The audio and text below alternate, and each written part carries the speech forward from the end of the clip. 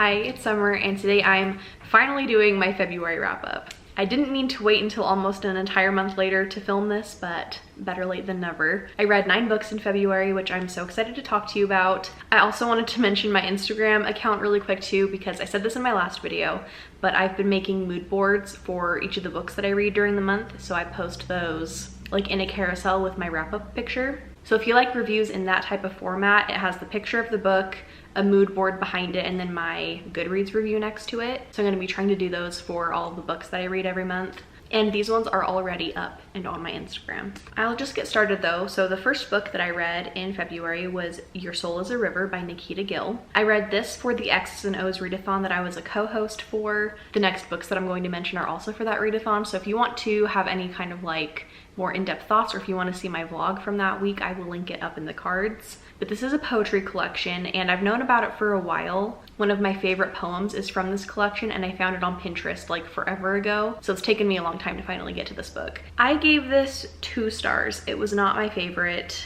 I'm going to read what I said on Goodreads about it. I said I normally wouldn't assign a star rating to a poetry collection, but this just really didn't work for me.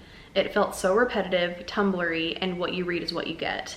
I like it when poetry makes you work a little bit to find out what it really means, and this collection definitely has everything at face value. I found a few hidden gems, but I ended up skipping some of the longer entries and skimming most of the second half of the book. I would say to pass on this one unless you're already a fan of the author. So like I said, I normally wouldn't rate a poetry collection unless I'm giving it 5 stars, because poetry is like usually really personal to the person that writes it. It almost to me kind of feels like rating a memoir, which I also don't like to do. I feel kind of bad giving it 2 stars, but also it just like wasn't good in my opinion. I didn't really find any new favorites from this poetry collection. Like my favorite poem that I read was the poem that I already knew about before I went into the collection. So that poem is called 93% Stardust. And so I just recommend maybe looking that poem up and reading it instead of reading the whole entire poetry collection. I actually included 93% Stardust in my mood board review on Instagram, so it's there if you want to read it. After that, I read X's and O's by Amy Lee. This was the buddy read for the readathon. I gave this one 3 stars. For this one, I said a cute, fast, light read. I didn't love all of the pop culture references and how over the top the main character could be. Not any fault of the book, it was just personal preference.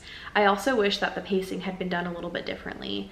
It was a fun time, but I definitely like the first book in the series more. So this is actually book number 2 in the Influencer series by this author.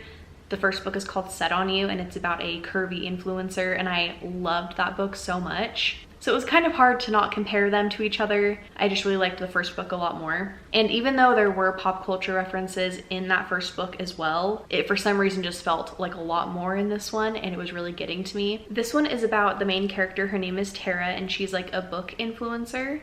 So that already is really fun to read about because that's like all of us basically. And she's a hopeless romantic, and she is wanting to have her own meet cute second chance romance with some of her exes. And so she enlists her roommate, Trevor, to help her with this. The main character, like I said, is very over the top. She's just very dramatic and just like really feels things.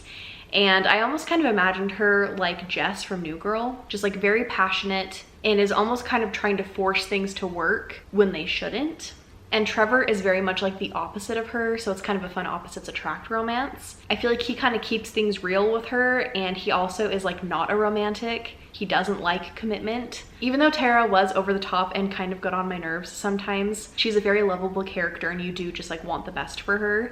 This was cute and I liked it, but ultimately I'm going to recommend that you read the first book, Set on You, because it's my favorite. And also, if you were wondering, I think that you can read the books out of order, but I recommend reading them in order just to get the most out of it. But I think that you could go into this one without having read the first one if this one just sounds better to you. So this was cute and I liked it, but it was kind of forgettable and it's just not a new favorite. After that, I picked up The Housemaid by Frida McFadden. I gave this one a 4.5, but like it also could just be a 5. I had a really hard time deciding. I said this was so entertaining and I loved the twists. I did see one thing coming, but it didn't ruin it for me. I love how this led into there being a sequel as well. I just need to say that like the first little bit of this book and how it like introduces you and throws you into the story was so fun. I don't fully remember it, but I think that one of the first lines of this book is, "I'm going to leave this house in handcuffs." So like, you know something bad has happened and then you're kind of like backtracking to hear the whole entire story. It's about this woman who gets a job as a maid for this like really kind of like rich posh family. The wife and mom of this home is doing some like really infuriating, kind of crazy unhinged things, like making messes on purpose for the maid to clean up. That's all I really want to say about it. But this book was just like so fast paced, like definitely like a popcorn thriller. Like you just keep reading because it's easy and fun. I did not see the ending coming and I really liked how it was wrapped up. So I'm excited to pick up the sequel eventually. But yeah, like a 4.5, maybe a 5. I don't really know for sure. All I know is I had a really fun time reading. Next, I read The House Across the Lake by Riley Sager. I was really nervous to read this book because it is so polarizing. Some of my best friends hate this book, like gave it 1 or 2 stars, did not like it, but I loved it and I gave it 5 stars.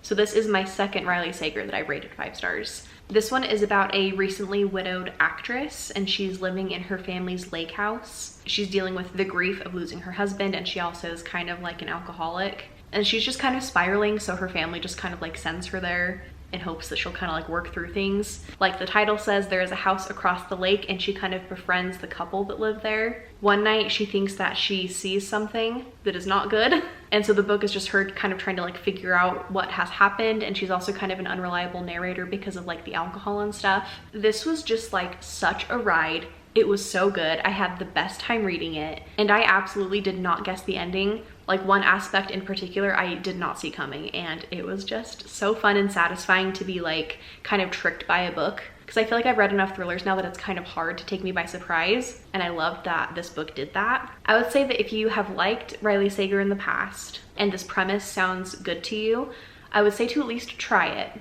like give it a shot, because you might be surprised. So yeah, 5 stars.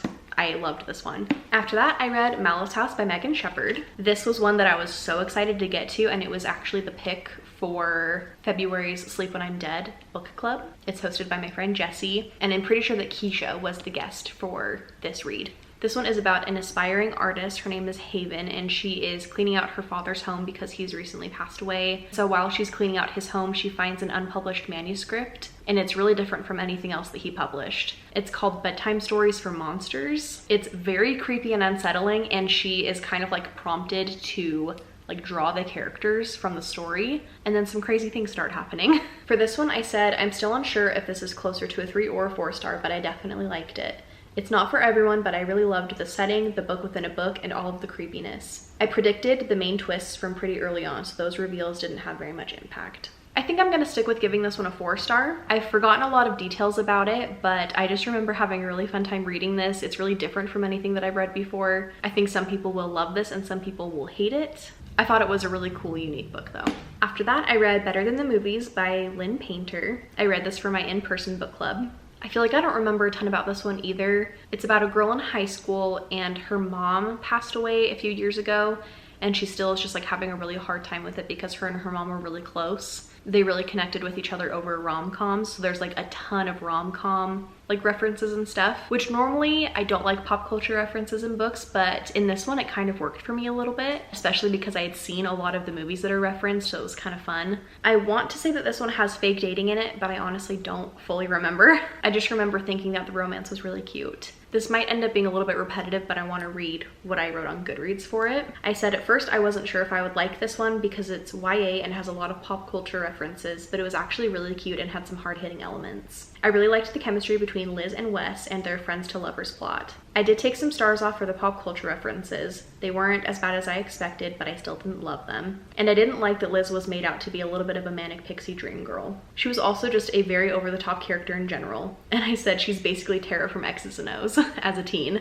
It was a sweet book, just not a new all-time favorite. And I gave it 3.5 stars. Next, I read The Starless Sea by Erin Morgenstern. This is my favorite book, and I haven't done a reread of it since my first time reading it in 2020, so I felt like it was time. When I first read this one, I think that I kind of like tandem read it a little bit with the physical book and the audiobook, mainly the audiobook though, and so this time around I wanted to completely physically read it, which I did. It took me a long time, but I did it. This is about a college student named Zachary, and when he's in the university library one day, he finds a book called Sweet Sorrows that has a moment from his life like years ago written in the pages. So he's trying to figure out who wrote this book, how they knew this information about him or knew about this experience that he had. And it just takes him on this like epic adventure that involves bees and keys and swords and owls and time and fate and an underground library. This is a book about other books. There's a lot of layers and a lot of different perspectives that you're following, but in my opinion, it's not too hard to follow because usually I have a hard time when there's too many things going on, but I feel like it really worked in this book.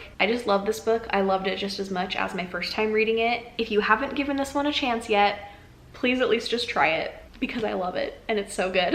So that one was 5 stars if you couldn't already tell. After that, I read The Pisces by Melissa Broder. I don't know how to say their last name. This one was directly recommended to me from my friend Sandra, and I feel so bad that I didn't like it more because I know that she really loved it. I gave this one 3 stars, so I liked it. I don't remember a ton about this book, at least like the small details. I'm pretty sure that the main character is not doing great. She has like some relationship issues that she really needs to work through, so she's going to therapy for it, and it's a very interesting therapy group. She's in LA house sitting and dog sitting for her sister while she's out of town or like out of the country or something. So while she's house sitting and going to this group therapy, she also spends a lot of time at the beach, and one night she meets this man that she's just like really intrigued by, and he turns out to be a merman. For this one, I said, this was one of the weirdest things I've ever read.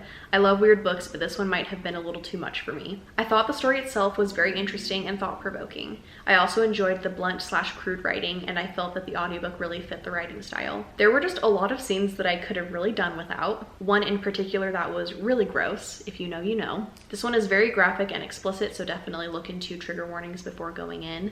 I said I don't think I'll forget about this one for a long time, but I'm not sure if that's good or bad. I definitely haven't forgot about it. I've forgotten like I said, the small details, but it is definitely just like such a weird book, and it has stuck with me. So again, I liked it, 3 stars. It's not a new all-time favorite, but I'm still kind of glad that I read it.